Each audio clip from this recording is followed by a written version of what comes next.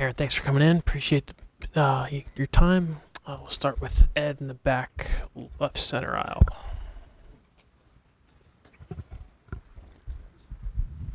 Hi, Aaron. What were your emotions as you went around the bases? What's up, Ed? Just excited it went out. You never know on these windy, chilly nights what that ball's going to do when you hit the center here.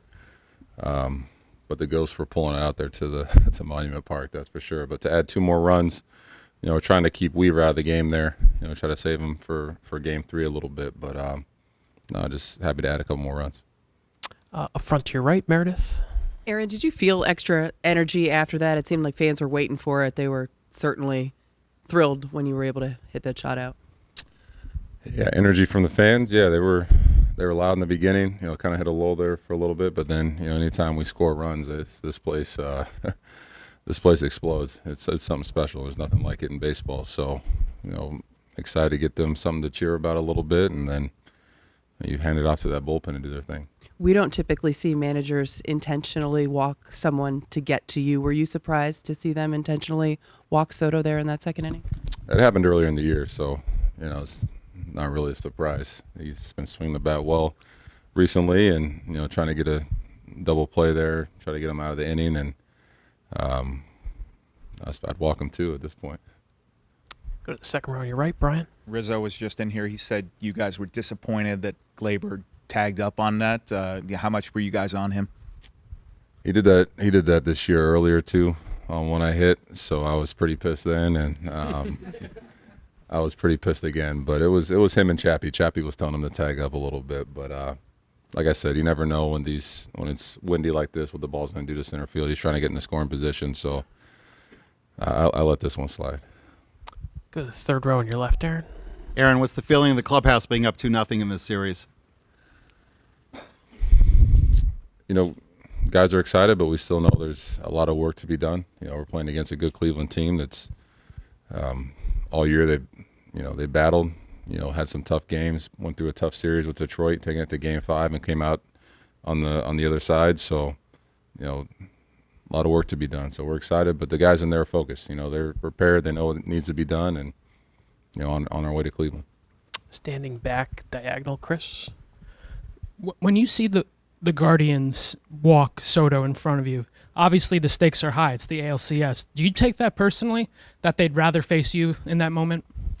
No, it's win or go home. Everything's on the line here. So it's just about you got to come up in that spot. In that spot, less than 2, bases loaded. I'm trying to get something out to the outfield or drive some runs in, and luckily we were able to get 1 run there and just pass it along. But every out, every inning, the first inning, everything's important. So they're trying to grab a couple outs there with a double play in that situation, but we were able to thrash out a run. Go to Bruce up front. Aaron, you don't win these games, you don't win these series unless you have a multitude of guys who are contributing. What do you think of the overall efforts of this club right now? Yeah, like you said, a lot of guys are contributing. You can start at the top of our lineup with, what Glaber and Soto have been doing this whole series, and even the DS just getting on base, getting things moving, and then, we pass it off to the big boy in the middle with Stanton. You get him up with a couple guys on, something good's going to happen. So it takes a team effort. It's not going to take just one guy to carry any team, especially when you're playing the best of the best and guys are coming after you. So, you can talk about our pitching staff. Every guy that comes out of that bullpen they've been lights out and continue to be lights out. So it's going to take everybody if we want to get to where we want to go. Stay there with Ron. The way you're able to keep even keel, not getting too up after a good postseason game or get too down after a tough day, is that something you had to learn, or do you think that's just you? I think that's what playing 162 games, getting beat up, the ups and downs of that. You learn that you can't ride the highs because there's always something coming behind it. It's a tough game. It's a humbling game. You can go out here and be 4 for 4 one day, and the next day you're 0 for 4, and you lose the team the game. So I've been on the losing side of a lot of postseason games, and those are tough. And I've been on the other side of some good wins. But all that matters is we went out there and took care of business, and you got to move on to the next one. So it's, we won this game, but it's over with. Now we got to focus on game. Do you think you had that attitude when you were first in the postseason, or did you learn that over the years? I definitely felt like I had it. Just something you learn your whole career playing baseball, the ups and downs, and learn that this is a humbling game.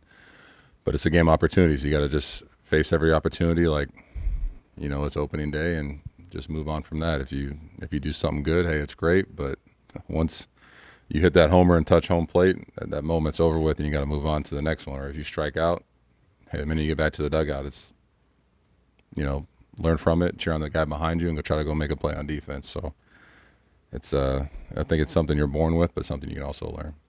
Up front to your left, Peter. Aaron, you mentioned the bullpen. I'm interested to know with Luke Weaver, when you played with him in the Cape Cod League, what were your impressions of him back then? Did he kind of have that same quirky personality? Just what maybe stood out about him? Yeah, he was. We was a funny dude, man. He's. When we were out there, he was one of the only freshmen that was out in the Cape Cod League, and he was a guy that he could get it up to 97, 98, and that kind of skinny, lanky body. Guy always had a smile on his face. But then all of a sudden, when he got on the mound, it was like he turned into this different guy. He was just focused, locked in, and kind of watching his career, unfold. He's been the same guy. Funny, great dude in the clubhouse, great leader.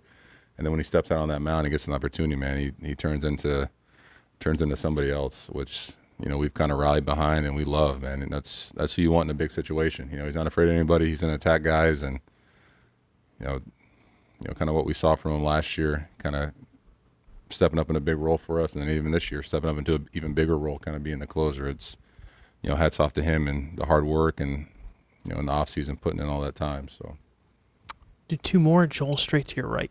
Aaron, you mentioned in one of your answers the long season, the 162. But when it's a short season like this, where you could go home so quickly, do you feel some greater urgency to kind of get, like, when it isn't going your way, I need to get on the board in some way here and have some big moments? It's just about taking every moment and try to do what you can with it. It's about having a short memory. If you lose a game before or 0 for 4, it's like, hey, let's take it into my next at bat, my first at bat, then the next game. And just like tonight, it's come up, they walk a guy in front of you, you just got to go up there and just treat this moment like it's the only moment that you got, and do what you can with it. And if you don't get the job done, pass it on to the next guy to pick you up, and just don't make any moment too big, man. This is still the same game we play, and we've been playing it our whole life, so that's how I try to treat it. We'll stay over there with Bob for the last question. Aaron, just following up on Joel's question, how hard was it to learn what you just said, to not dwell on it, especially when the crowd is anticipating, hoping for a home run every time that you get up there? You just got to stay focused on what you can control. I've been booed here plenty of times. There's been a lot of legends that played here that have been booed. It's just part of it. You can't focus on that. You got to go out there, and they want to see you win. They want to see you do well, and you just try to focus on what you can control. And what I can control is what I do in the box and what I do on the field, and all the other stuff, you just kind of ignore it and go out and have fun. All right, Aaron, thanks for your time. We'll see you in Cleveland. Appreciate it. Thanks, guys.